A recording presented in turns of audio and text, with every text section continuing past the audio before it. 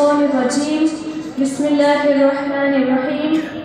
الحمد لله الذي أنزل القرآن هدى للناس، والصلاة والسلام على من أرسل بشريعة الطاهرة من الأجناس والأدناس، وعلى آله وصحبه الذين ردوه بخير الناس. أما بعد، أيها الأساتذة الكرام ورؤساء الفضلاء والمستمعون الحضار، في هذه الحفلة المبرقشة أود أن ألقي لديكم بعض الكلمات.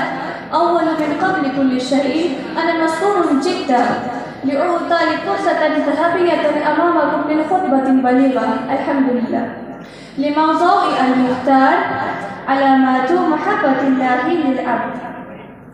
إن الله سبحانه وتعالى خلق الإنس والجن لكي يعبدوه، ولم يجعل فرقا بين عربي وعجمي إلا بالتقوى، فذلك يدل على عدل السماوي.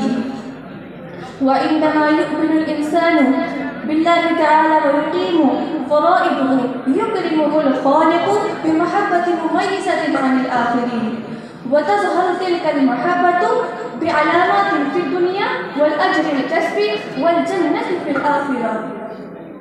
إقامة الصلاة في وقتها وعدم تأخيرها والالتزام بها كما أمرنا الرسول الكريم صلى الله عليه وسلم.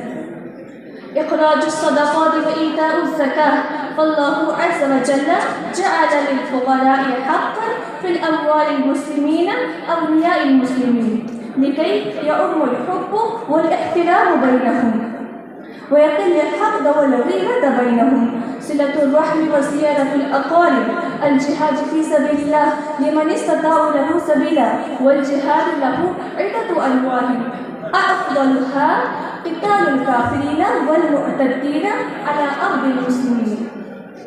أما الأنواع الأخرى الجهاد بالمال والجهاد بالقول، الأمر بالمعروف والنهي عن المنكر، والنساء على حد أسباب.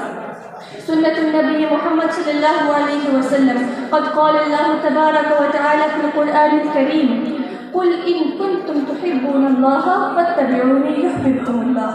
وآخر دعوانا أن الحمد